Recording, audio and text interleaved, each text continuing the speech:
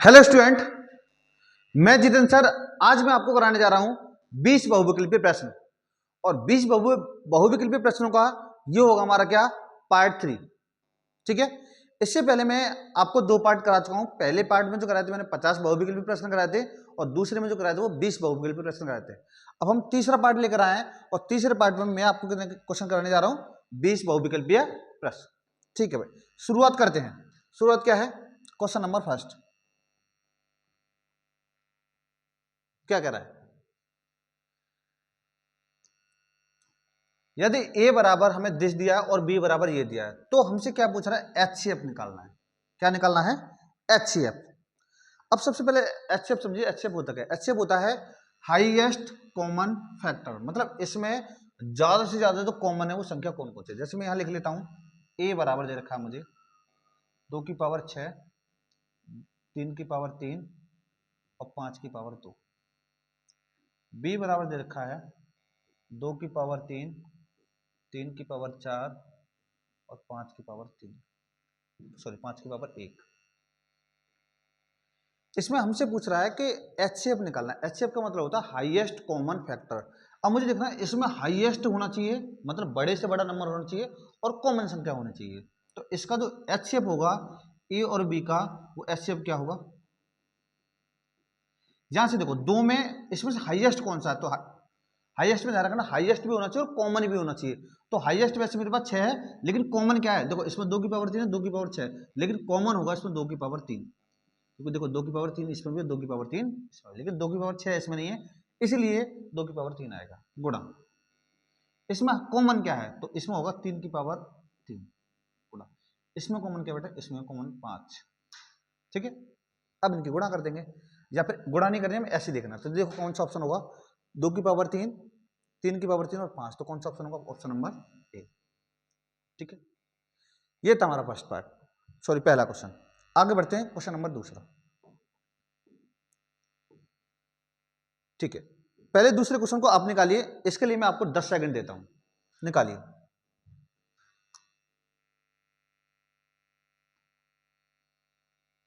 Time यहां शुरू करता हूं, चलो 15 सेकंड।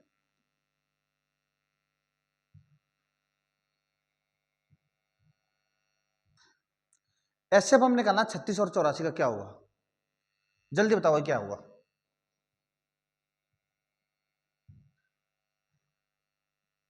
भाई ये तो मिनट लग गई।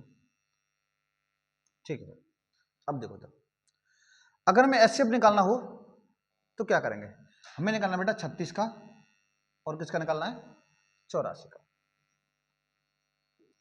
तो एचसीएफ मैंने बताया था हाईएस्ट कॉमन फैक्टर। तो 36 को भी कैसे तोड़ूंगा, 2 दूनी 4 और 4 तिया 12 और 12 तिया कितना 36। या तो हम 36 को ऐसे भी करके तोड़ सकते हैं।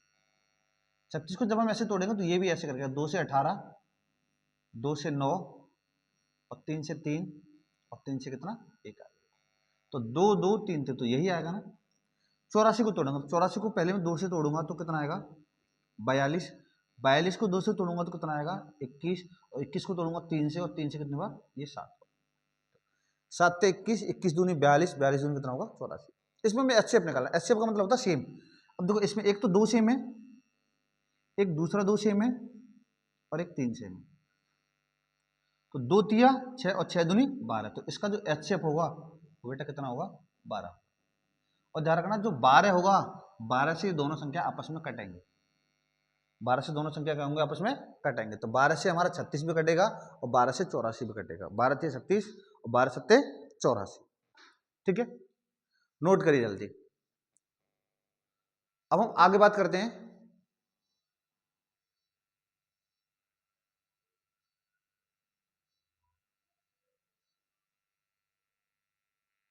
क्वेश्चन नंबर 3 की। क्वेश्चन नंबर 3 क्या कहता है, देखो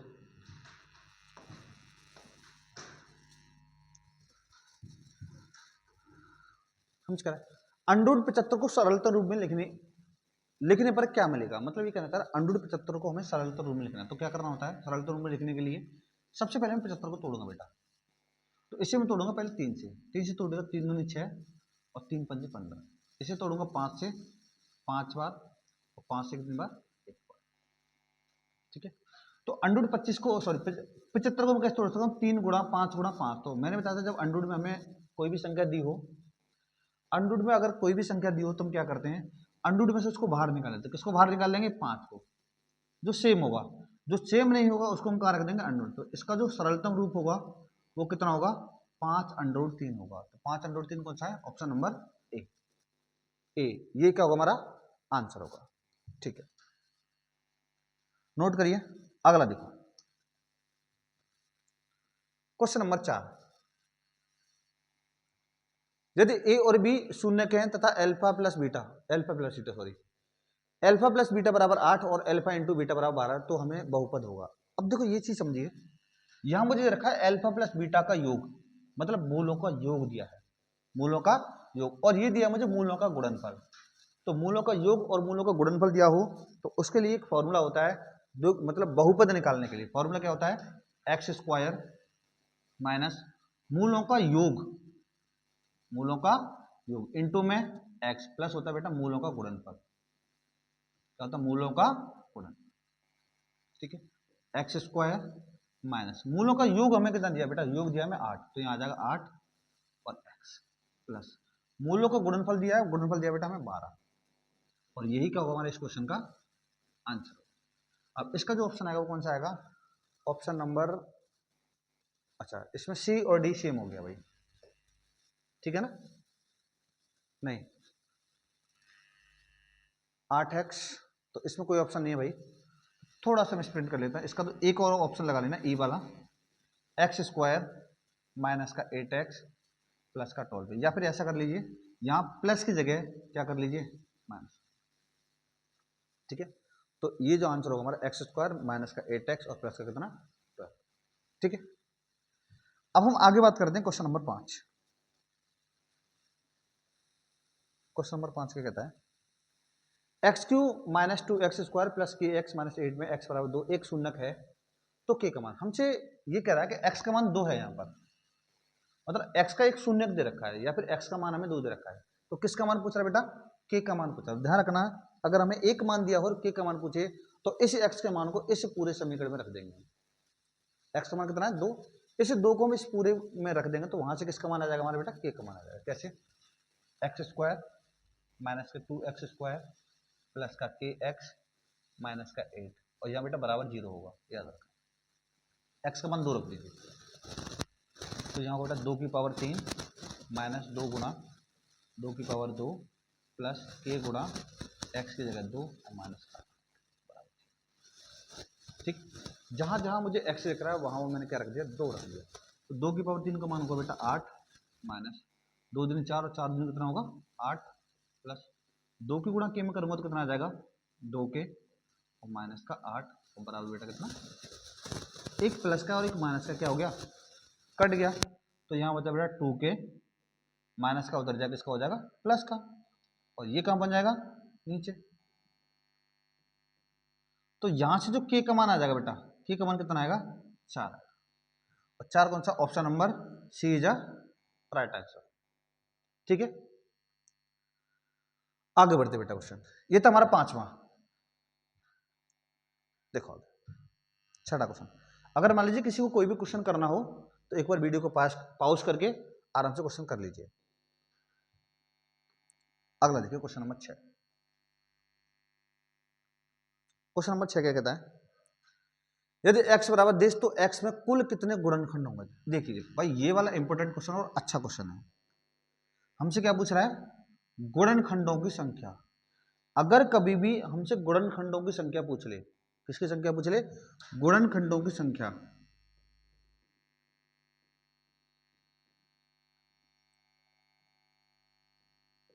तो उसके लिए क्या होता है ये समझिए। पहले गुणनखंडों की संख्या निकालने के लिए जो भी मुझे घात दे रखी है, पहले कोई भी संख्या दे रखी है उसके हमें गुणनखंड करने होते हैं, और जो भी मुझे उसकी घात आएगी उस घात में हम क्या करते हैं, एक एक जोड़ देते हैं।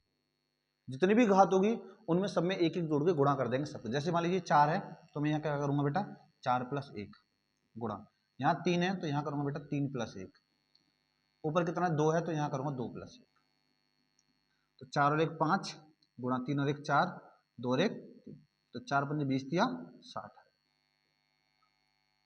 ध्यान रखना ये 60 जो होगा वो क्या होगा हमारा गुणनखंडों की संख्या। तो ऑप्शन नंबर कौन सा होगा, option number A is a right answer. ठीक है बेटा, बढ़ते हैं आगे क्वेश्चन नंबर 7 की तरफ। क्वेश्चन नंबर 7 क्या कहता है, देख लीजिए।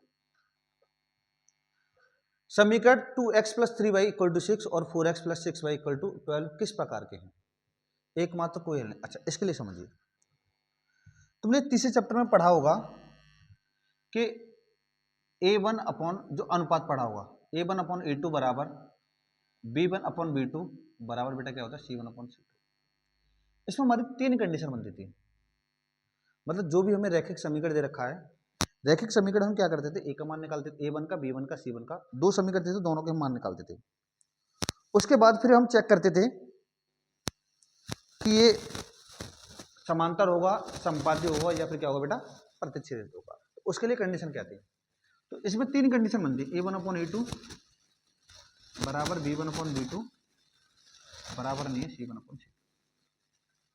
a1 अपॉन a2 बराबर b1 अपॉन b2 बराबर c1 अपॉन c2।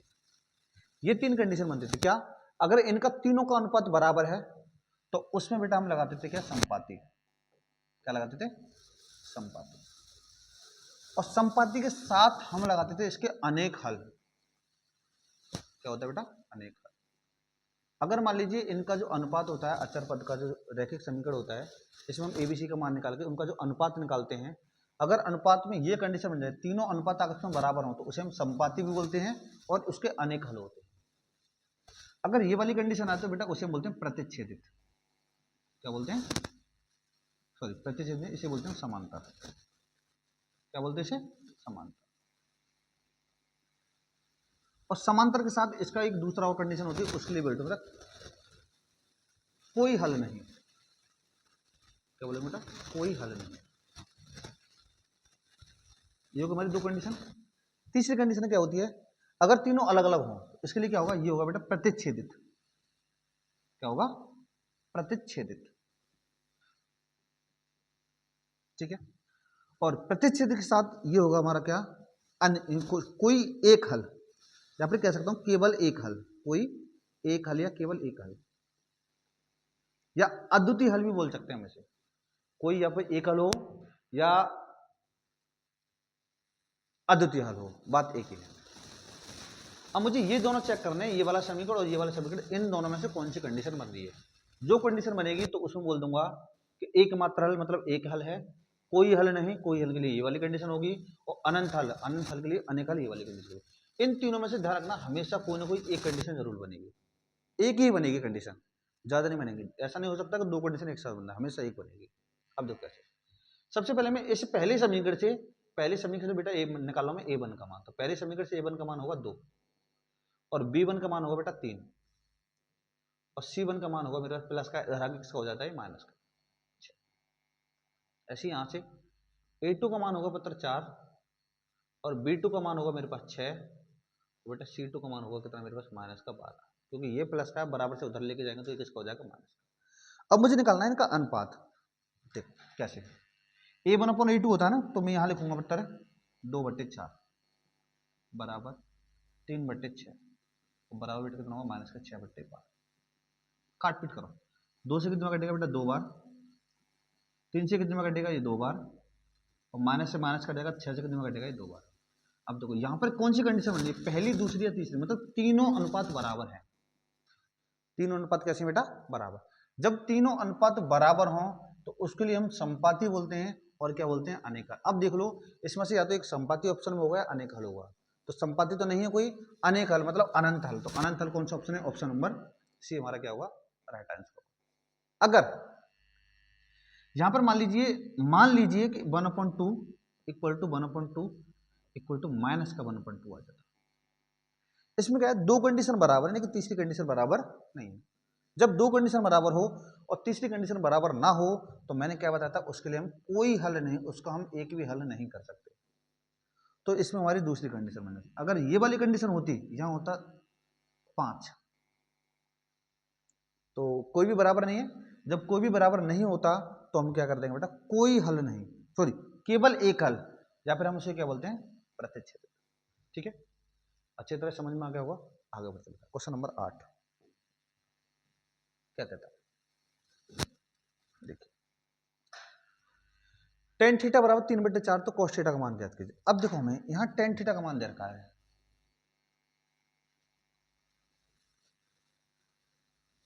तो टेन थीटा का मान दिया। अब एक चीज तुम्हें याद होनी चाहिए, टेन थीटा हम क्या लगाते हैं, लाल बट्टे कक्का, क्या लगाते हैं, लाल बट्टे कक्का। तो टेन थीटा जो होगा वो क्या होगा बेटा, लंब बट्टे आधार। तो यहां से मैं लिख सकता हूं टेन थीटा बराबर बेटा मेरे पास होता है लंब बट्टे आधार, या फिर मैं ऐसे कह सकता हूँ 3/4 जो हमें दे रखा है, इसमें एक हो जाएगा बेटा लंब और एक क्या हो जाएगा आधार, क्योंकि टेन थीटा बराबर होता है लंब बट्टे आधार। मेरे पास लंब है और आधार है, निकालना क्या है, निकालना बेटा मुझे cos थीटा। तो जो मुझे निकालना पहले मैं उसको यहाँ लिखता हूँ, cos थीटा बराबर क्या होता है, साइन cos, cos थीटा बराबर होता है बेटा मेरे पास आधार बट्टे, ठीक है। जब cos थीटा बराबर मेरे पास आधार बट्टे कड़ होगा, तो आधार का तो मेरे पास मान है कितना 4, लेकिन किसका मान नहीं है, कड़ का मान नहीं। तो सिंपल सी बात है, जब कड़ का मान नहीं है तो मैं किससे निकालूंगा, पाइथागोरस प्रमेय से। जब मैं इसमें पाइथागोरस प्रमेय लगाऊंगा तो वहां से मैं कड़ का मान निकालूंगा, पाइथागोरस प्रमेय। पाइथागोरस प्रमेय तो पता होगी आपको, कड़ का स्क्वायर बराबर लंब का स्क्वायर और बेटा क्या होगा आधार का स्क्वायर, ठीक है। कड़ हमें निकालना है, यहाँ बताओ बेटा लंब कितने का, लंब है 3 का स्क्वायर प्लस आधार कितने का बेटा 4 का स्क्वायर। 3 का स्क्वायर होता है 9 और 4 का कितना होगा बेटा 16। तो 16 और 9 कितना हो जाएगा 25। अब 25 हमें पता है किसका वर्ग होता है 5 का, तो यहाँ से k का मान आ जाएगा हमारे पास 5। k बोले तो आ गया कर्ण, k क्या आ गया हमारा कर्ण। हमें निकालना था cos थीटा का मान, तो cos थीटा बराबर बेटा क्या होगा आधार बट्टे कर्ण, और आधार मुझे दे रखा था 4 का था ना, और कर्ण मैंने कितने का निकाला है 5 का। तो cos थीटा का जो मान आ जाएगा बेटा कितना आएगा 4/5, डन। और 4/5 कौन सा ऑप्शन है, ऑप्शन नंबर ए। बढ़ते बेटा आगे, जल्दी नोट करिए, ठीक है। आगे किसी स्तंभ की ऊंचाई 10 मीटर, उसका छाया 10 मीटर, मतलब कोई एक स्तंभ है बेटा, इसकी जो ऊंचाई है वो 10 मीटर है, ये मैंने मान लिया स्तंभ, क्या मान लिया इसे स्तंभ, ठीक है। और इसकी जो छाया है ये मैंने मान ली छाया, बेटा छाया तो दरी होगी ना, छाया भी कितनी की हमारी 10 मीटर, तो ये मैंने इसको नाम दे दिया PQR। बेटा हमसे पूछ कर आए कौन पूछा है, तो कौन मैंने मान लिया थीटा, कौन मुझे नहीं पता, मुझे थीटा निकालना है। तो सिंपल सी बात है, ये थीटा के सामने मेरी लंब होगा और ये क्या होगा आधार। अब हमें ये सोचना है कि लंब और आधार लाल बट्टे के काम में कितना होता है, LAL बट्टे KKA। तो ध्यान रखना लंब और आधार ये होता है मेरा टेन, तो यहाँ लगा दूंगा मैं टेन थीटा का फॉर्मूला। टेन थीटा बराबर होता है बेटा लंब बट्टे आधार, तो लंब तो ये है ना, लंब है कितने का 10 बट्टे बेटा आधार कितने का 10, 10 से 10 कट जाएगा, तो टेन थीटा का जो मान आएगा वो कितना आएगा 1। और टेन में एक किसका मान होता है ये हमें पता है, टेन में एक होता है बेटा 45 का, तो मैं इसे लिखूंगा टेन थीटा बराबर टेन 45। तो यहाँ टेन से टेन क्या कर दूंगा मैं काट दूंगा, तो जो थीटा का मान आएगा बता रहे कितना आ जाएगा 45, ठीक है। इस टाइप से होगा, तो ऑप्शन नंबर बी क्या होगा हमारा सही होगा। अब आगे बात करते हैं बेटा, क्वेश्चन नंबर 10 क्या कह रहा है, बिंदु 3,4 की दूरी मूल बिंदु से, मतलब ये कहना चाह रहा है मूल बिंदु से 3,4 की दूरी क्या होगी। तो मूल बिंदु क्या होते हैं हमारे पास 0,0, मतलब अब मुझे दो बिंदु दिए हैं, एक तो बिंदु ये दिया 3,4, एक मूल बिंदु हमारे पास होता है कितना 0,0। इनके क्या पूछ रहा है दूरी पूछ रहा है, मतलब इन दोनों बिंदुओं के बीच की दूरी। तो दूरी का एक हमें फॉर्मूला पता है बीच की दूरी का, d बराबर रूट में x2 माइनस x1 का whole square plus y2 minus y1 का होल स्क्वायर। तो d बराबर बेटा इसे मान लेता हूं मैं x1 y1 इसी के मान लेता हूँ x2 और y2। ध्यान रखना तुम कुछ भी मान सकते हो, इसको हम x1 y1 और x2 y2 भी कर सकते हैं, या फिर x1 y1 और x2 y2 कुछ भी कर सकते हो। तो बस यहां मान लगा दीजिए, x2 का मान है बेटा 0 माइनस ये वाला, x1 का मान मेरे पास 3 और उसका क्या y2 का मान है बेटा 0 माइनस y1 का मान कितना है 4। तो d बराबर 3 का सॉरी 0 में से 3 घटाएंगे तो 3 ही आएगा, और 3 का जब मैं स्क्वायर करूंगा या तो माइनस हो प्लस हो तो हमेशा कितना आएगा प्लस आता है, कितना 9। 3 का स्क्वायर करूंगा 9 प्लस 4 का स्क्वायर, माइनस का स्क्वायर प्लस होता है, और 4 का स्क्वायर कितना होगा बेटा 16। अब 16 और 9 जुड़ेगा तो d का मान आ जाएगा बेटा 25, लेकिन रूट में। जब मैं यहाँ से रूट हटाऊंगा तो 25 किसका वर्ग होता है 5 का, तो इसे लिख दूंगा d बराबर 5 मात्रा। कितना लिखेंगे बेटा d बराबर 5।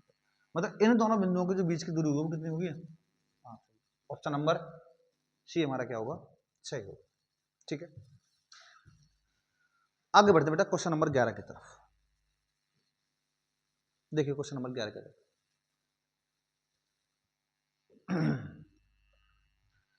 बिंदु 0,5 और x,-3 के बीच की दूरी 10 है। हमें बीच की दूरी दी है 10 बेटा, मतलब d का मान दिया है, d का मान कितना है 10। इन दोनों बिंदुओं के बीच की दूरी, तो यहां फॉर्मूला लगा दूंगा, इसे मान लेता हूं मैं a और इसे क्या मान लेता हूं बेटा। अब मुझे AB के जो बीच की दूरी दे रखी है वो कितनी दे रखी है हमें 10 दे रखी है, तो वहां से हमें किसका मान पूछ रहा है x का मान पूछ रहा है, तो यहां लिखूंगा मैं AB के बीच की दूरी, AB के बीच की दूरी, और बराबर बेटा कितनी दी है 10। ठीक है, तो यहां से मैं इसे मान ले रहा हूं x1 y1 x2, यहाँ क्या होगा बेटा y2। फॉर्मूला लगाइए, फॉर्मूला बीच की दूरी का इससे पहले वाले क्वेश्चन बताया था, x2 माइनस x1 का whole square plus y2 minus y1 का होल स्क्वायर, अब बराबर कितना दिया बेटा। अब यहां पर मैं सबकी वैल्यू लगा दूंगा, लेकिन हमें एक चीज सोचनी पड़ेगी कि यहां पर दे रखा है रूट, लेकिन यहां पर रूट नहीं है, तो मुझे दोनों तरफ वर्ग करना पड़ेगा। क्यों करना वर्ग, वर्ग इसलिए करना है बेटा क्योंकि यहां से मुझे क्या हटाना है अंडर रूट हटाना है। तो मैंने यहां लिखा दोनों तरफ वर्ग करने पर, दोनों तरफ वर्ग करने पर, ठीक है। जब मैं दोनों तरफ वर्ग करूंगा तो क्या होगा, सॉरी वर्ग करूंगा तो यहां से रूट हट जाएगा और यहां क्या लग जाएगा स्क्वायर लग जाएगा। तो यहां बताइए x2, और बेटा x2 का मान मेरे पास है x माइनस x1 का मान है मेरे पास 0, और उसका क्या बेटा y2 का मान कितना है मेरे पास माइनस का 3, सॉरी प्लस आएगा माइनस का 3 माइनस y1 का मान है 5, उसका क्या स्क्वायर बराबर, यहाँ कितना आएगा 10 का स्क्वायर। यहाँ ध्यान रखना स्क्वायर लगेगा, क्यों लगेगा स्क्वायर, क्योंकि जब मैंने दोनों तरफ वर्ग किया था तो इधर से रूट हट जाएगा और इधर वर्ग लग जाएगा, तो क्या होगा x में से 0 घटाऊंगा तो बेटा x ही बचेगा, और x का स्क्वायर होता है x स्क्वायर। ये माइनस का 3 और माइनस का 5 ये हो जाएगा बेटा माइनस का 8, और उसका क्या स्क्वायर, ये 10 का स्क्वायर, 10 का स्क्वायर कितना होगा 100। अब यहाँ देखो x स्क्वायर 8 का स्क्वायर कितना होगा बेटा 64 बराबर कितना 100, प्लस का उधर जाकर किसका होगा माइनस का 100 माइनस 64, तो 100 में से जब 64 घटाऊंगा तो बेटा x स्क्वायर बराबर आ जाएगा 36।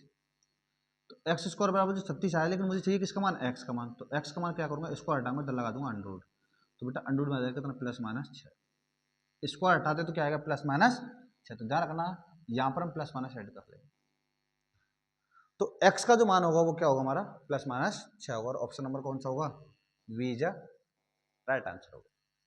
ठीक है, बढ़ते बेटा आगे, क्वेश्चन नंबर ये था 11 12। देखो भाई,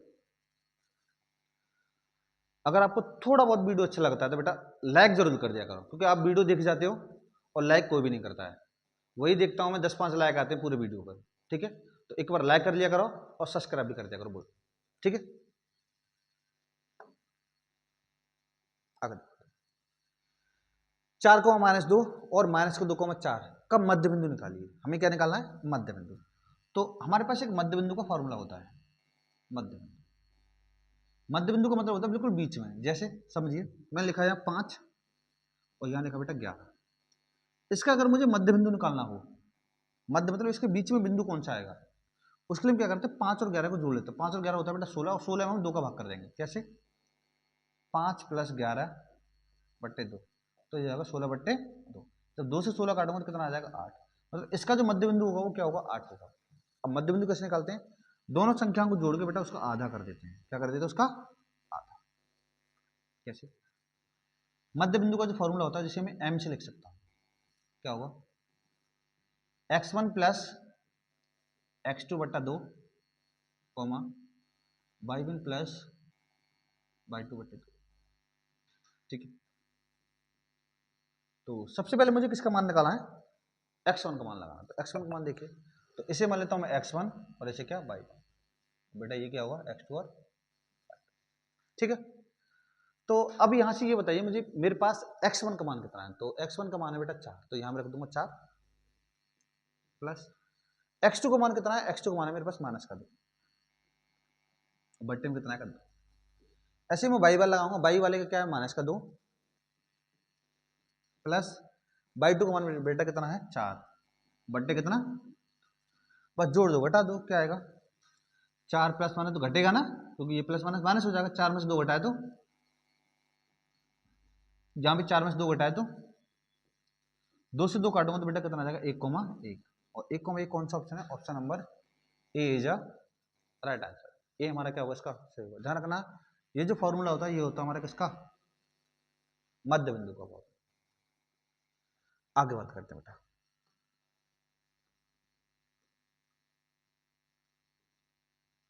आगे देखिए एपी 5,8,11 का 20वां पद निकालिए। हमें कौन सा पद निकालना बेटा, 20वां पद।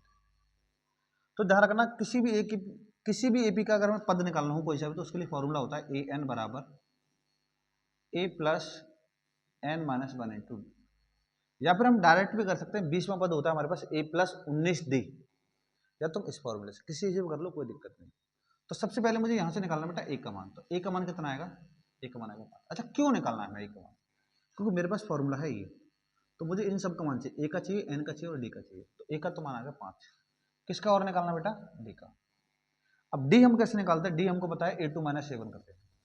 a2 क्या करते हैं, दूसरे पद में से पहला पद घटा दीजिए। 5 में से जब मैं 8 में से जब 5 घटाऊंगा तो कितना आ जाएगा 3 आ जाएगा। ये किसका मान आ गया, डी का। और कितने पदों का कौन सा पद निकालना है, 20वां। तो एन का मान है मेरे पास बेटा 20। बस ये तीनों मान लगा दीजिए इसमें।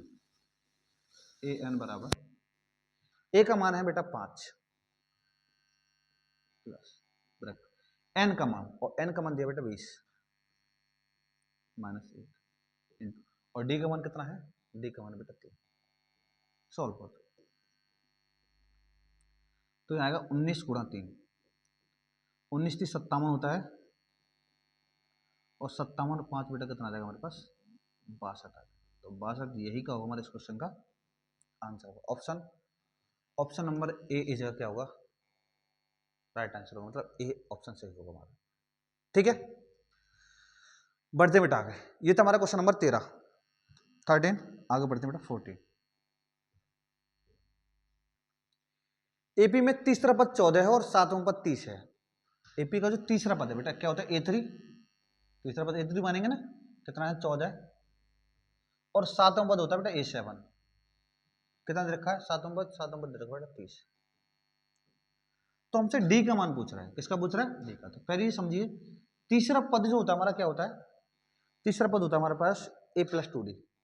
अगर हमें 10वां पद निकालना हो तो ध्यान रखना कोई सा भी पद निकालना हो तो उसमें से हम क्या करते हैं, एक माइनस करते हैं। जैसे मान लीजिए मुझे निकालना 15वां पद, तो 15वां जो पद होगा वो हमारे पास क्या होगा a + 14d होगा। अगर मान लीजिए हमें निकालना हो 7वां पद, तो 7वां प्लस जो होगा वो हमारे पास क्या होगा a + 6d होगा। और तीसरा पद निकालना हो तो क्या होगा बेटा a + 2d बराबर 14। समीकरण नंबर 1 मान लिया। 7वां पद क्या होगा a + 6d बराबर 13। समीकरण नंबर बेटा 2। अब मुझे यहां से किसका मान निकालना, मुझे चाहिए बेटा d का मान। तो d का मान निकालने के लिए मैं क्या करूंगा, यहां लिख दूंगा घटाने पर। क्यों घटाने पर? घटाने पर इसलिए लिखना है क्योंकि इसके चिन्ह क्या हो जाएंगे, चेंज हो जाएगा, तो इससे ए से ये क्या हो जाएगा, कट जाएगा। जब 6 में से मैं 2 घटाऊंगा तो कितना आ जाएगा पुत्र, -4 डिग्री। और 30 में से जब 14 घटाऊंगा तो ये हो जाएगा -16। माइनस से माइनस खत्म, 4 से कितने में कटेगा, 16, 4 बार। तो डी का जो मान आएगा वो कितना आएगा, 4 आएगा। ऑप्शन नंबर बी क्या होगा हमारा इसका आंसर होगा। ठीक है, बढ़ते बेटा आगे क्वेश्चन नंबर 15 की तरफ।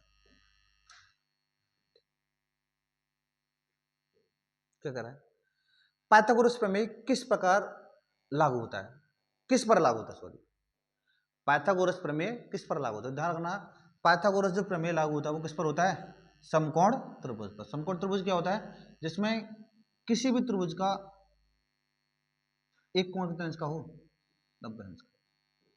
त्रिभुज का एक कोण अगर 90 अंश का तो उसे हम क्या बोलते हैं, समकोण त्रिभुज। और इस समकोण त्रिभुज में हम क्या लगाते हैं, पाइथागोरस प्रमेय। और पाइथागोरस प्रमेय होती क्या है, पाइथागोरस प्रमेय होती है बेटा कर्ण का स्क्वायर बराबर लंब का स्क्वायर प्लस आधार का स्क्वायर। ठीक है, और ये हम लगाते इसलिए हैं क्योंकि बाय द वे हमें किसी भी त्रिभुज में 2 भुजा दे रखी हो और तीसरी भुजा निकालनी हो तो इसलिए हम कौन सी प्रमेय लगाते हैं, पाइथागोरस प्रमेय। आगे देखो,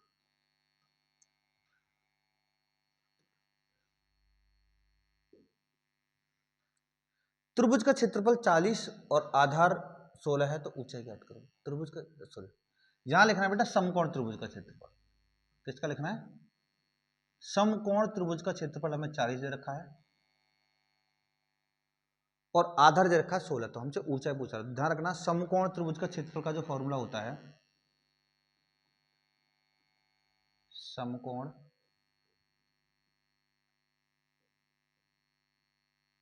त्रिभुज का क्षेत्र क्या होता है बेटा, 1/2 आधार और गुणा में होगा ऊंचाई।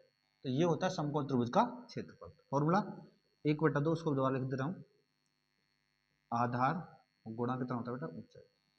और ये समकोण त्रिभुज का क्षेत्रफल हमें दिया कितना है, 40 दिया। अब यहां से हमसे ऊंचाई के मान पूछ रहा है तो मैं लगा दूंगा 1/2 का 1/2, आधार दिया बेटा मेरे पास 16, ऊंचाई मुझे निकालनी तो ऊंचाई को मान लेंगे h। 2 से कटेगा 8 बार और 8 का बन जाएगा नीचे, तो h बराबर हो जाएगा बेटा 40/8। तो 8 से जो कटेगा वो कितना आएगा, 5। तो त्रिभुज की जो ऊंचाई होगी वो कितनी होगी बेटा, 5 होगी। ऑप्शन नंबर ए हमारा क्या होगा, सही होगा। आगे देखते हैं,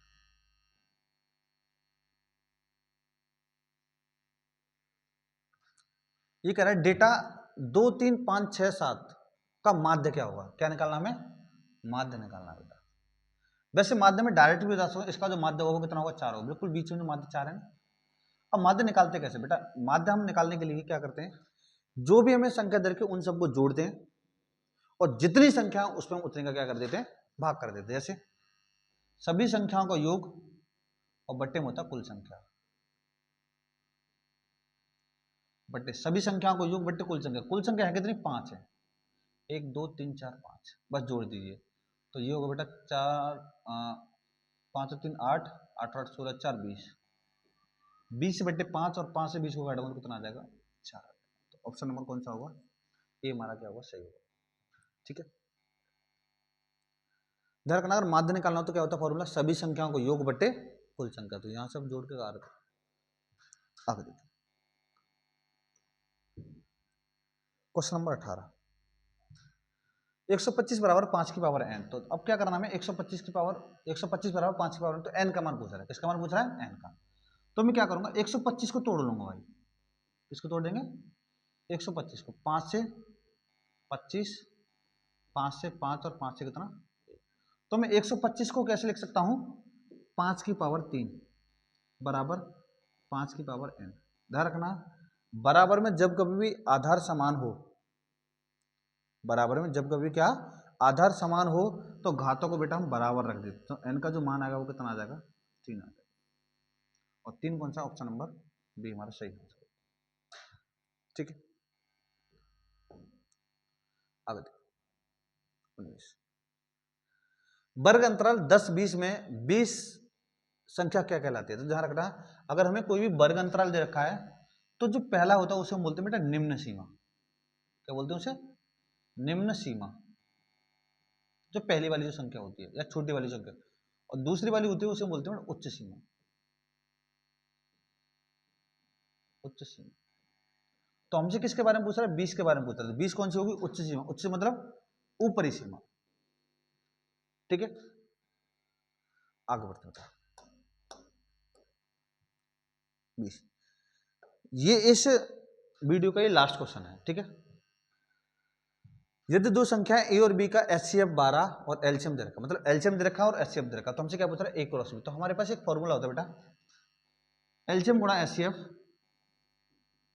एलसीएम गुणा एचसीएफ बराबर पहली संख्या गुणा दूसरी संख्या, मतलब दोनों संख्याओं को गुणनफल।